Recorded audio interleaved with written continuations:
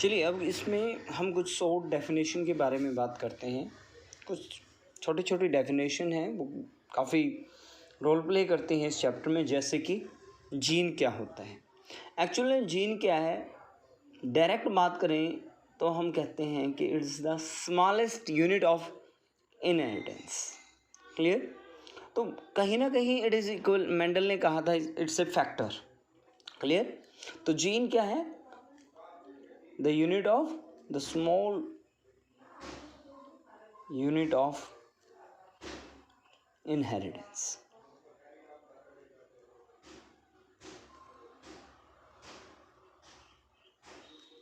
Clear. उसे हम नाम देते हैं जीन। उसके बाद एलील, या आप इसे कह सकते हैं एलीलोमॉर्फ।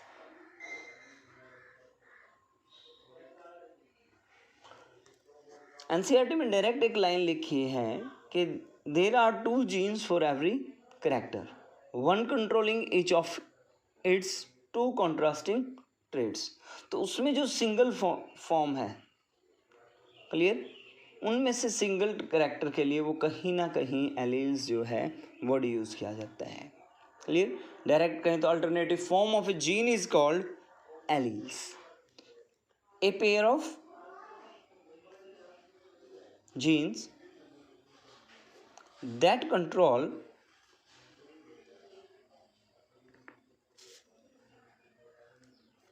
clear the two alternative expression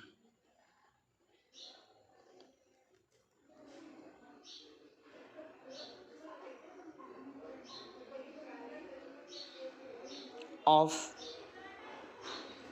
the same character। देखिए कोई भी जीन का पेयर ले लीजिए, वो एक करेक्टर बनाएगा, एक ट्रेड्स बनाएगा। Clear. And have the same position site. यहाँ पर हम लोसाई वर्ड जो है उसके लिए यूज़ करते हैं, साइट के लिए। In the homologous chromosomes.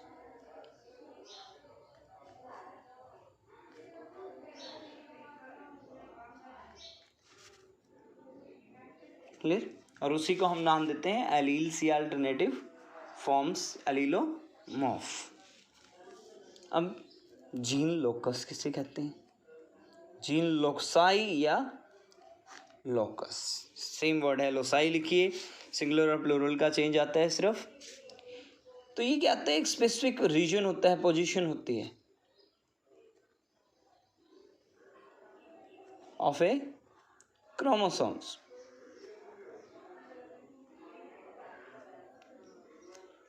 Representing ए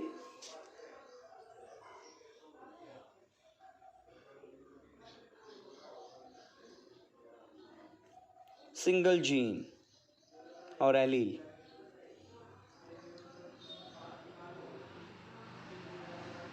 जहाँ पर एक पर्टिकुलर जीन प्रेजेंट होता है उसे जीन लोकस कहते हैं क्रोमोसोम्स पर। ये वर्ड याद रखना है कि जीन वर्ड जो है मेंडल ने यूज़ नहीं किया था। मेंडल ने उस इनहेरिटेंस यूनिट को नाम दिया था फैक्टर। क्लियर। ऐसे ही 2 स्मॉल डेफिनेशन और आ जाती हैं, genome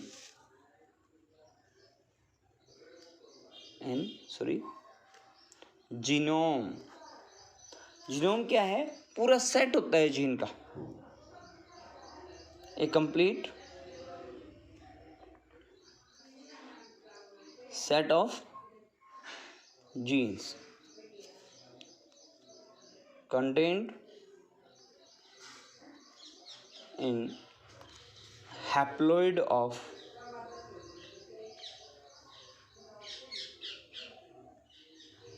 chromosomes।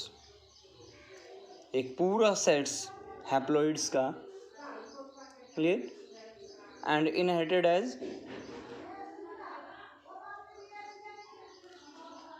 As a unit form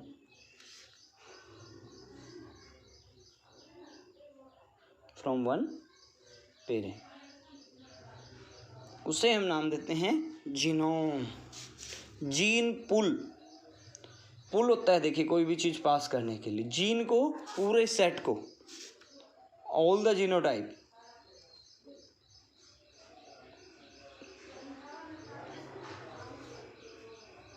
of all the individual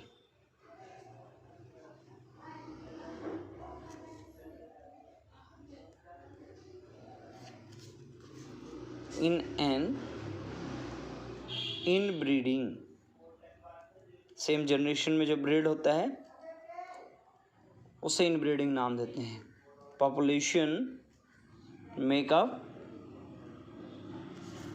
the gene pool, कि वही करैक्टर, वही जीन बार बार ट्रांसफर हो रहे हैं, एक पुल बन चुका है। क्लियर है ये चीज? अब इसके साथ एक क्रॉस करते हैं, बहुत ज़्यादा इंपॉर्टेंट है, सिग्निफिकेंट कई बार पूछा जाता है। टेस्ट क्रॉस, समझिएगा, बहुत ज़्यादा इंपॉर्टेंट, बहुत बार पूछा जाता है। क्लियर? अब देखिएगा क्या है एक्चुअल में टेस्ट मतलब जांच करने के लिए। आपको ये नहीं पता कि जिस क्रॉस के बारे में आप पढ़ रहे हो ना, कि उसमें जो डोमिनेंट है वो होमोजाइगस है या हेटेरोजाइगस है। ये चीज़ जानने के लिए जो क्रॉस किया जाता है कि होमोजाइगस, डोमिनेंट इज होमोजाइगस और हेटेरोजाइगस, तो उसका जीनोटाइप जानने के लिए जो क्रॉस किया जाता है उसे कहते हैं टेस्ट क्रॉस। सिंपल फॉर्म में एक क्रॉस बिटवीन एन इंडिविजुअल, ध्यान दीजिएगा, of unknown genotype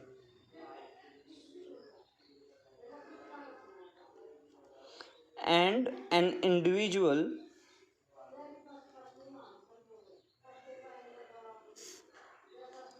which is homozygous for recessive। वैसे तो ज़्यादातर रिसेसिव होमोजाइगस ही होते हैं, पर जब डाई हाइब्रिड की बात करते हैं तो उसमें रिसेसिव के हिस्सा आ जाता है एक फीचर में। तो होमोजाइगस फॉर रिसेसिव कैरेक्टर,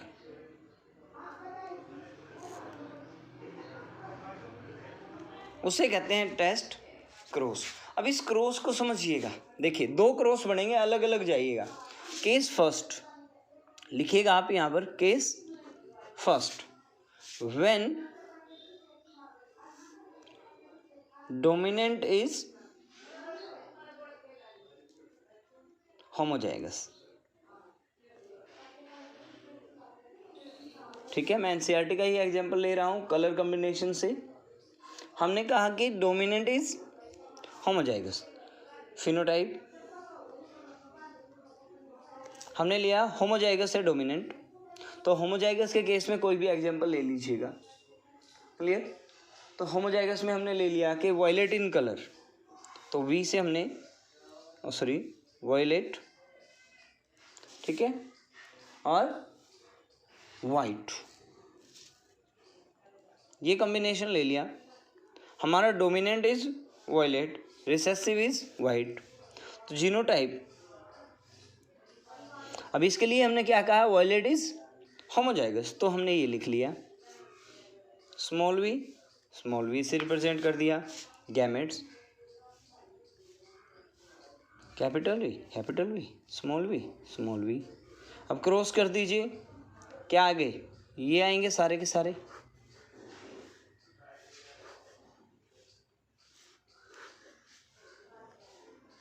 तो ये सारे कैसे आ गए भाई, वायलेट। अब यहां से निकल गया,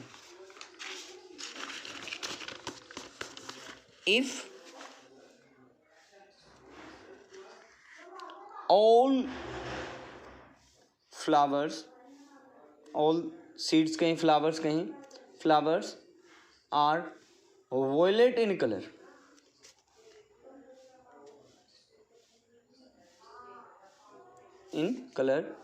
then dominant is homozygous। ये रिजल्ट्स है, इसे आप रिजल्ट कहेंगे, ठीक है। Is homozygous. आपको अब पता चल गया ना कि अगर F1 प्रोजेनी में सारे के सारे एक जैसे आते हैं तो वो डोमिनेंट कौन सा होगा, होमोजाइगस होगा। Case second, if dominant is heterozygous. इस क्रॉस को करके दिखाएंगे, 3 मार्क्स में इसका सिग्निफिकेंस पूछा जाता है, कंप्लीट करना होता है। तो फिनोटाइप तो सेम ऐसे ही करेंगे इसमें भी। फिनोटाइप क्या होगा भाई, वॉयलेट और वाइट, ये तो रिसेसिव है, होमोजाइगस। अब हेट्रोजाइगस कहा ना, तो इसमें ये केस आ जाएगा, गैमेट्स। ये सारी चीज़ें जरूर लिखनी है हर एक क्रॉस में, फिनोटाइप, जीनोटाइप, गैमेट्स। ये अगर मिस कर देते हो तो मार्क्स कटते ही कटते हैं। अब गैमेट्स ये बन गए, क्रॉस करिएगा, ये आ गया।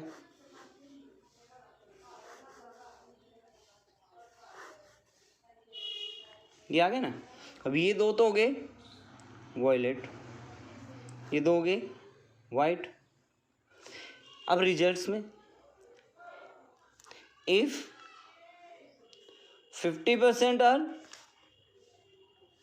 Violet and 50% white, then dominant is heterozygous। आ गया ना। तो ये डाई हाइब्रिड के केस में भी हो सकता है, मोनो हाइब्रिड के केस में भी हो सकता है, तो इसमें आपने कंफ्यूज नहीं होना है। तो ये रेशो आएगा, समझ में आ गया, क्लियर है। तो अगर ये ऐसा आता है तो ये इसका सिग्निफिकेंस क्या हो गया,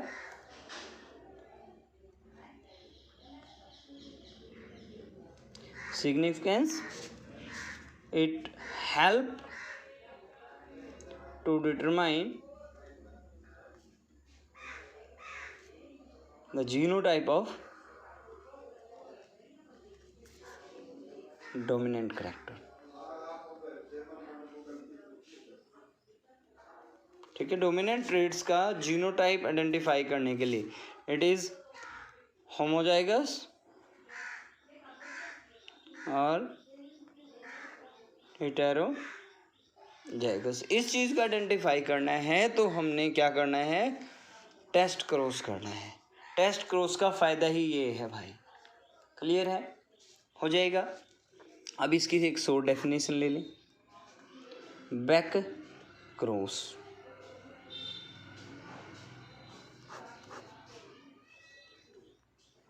ठीक है, एक उल्टा क्रॉस कि अगर F1 प्रोजेनी के मेंबर का किसी पेरेंट्स के साथ क्रॉस किया जाए तो उसे कहेंगे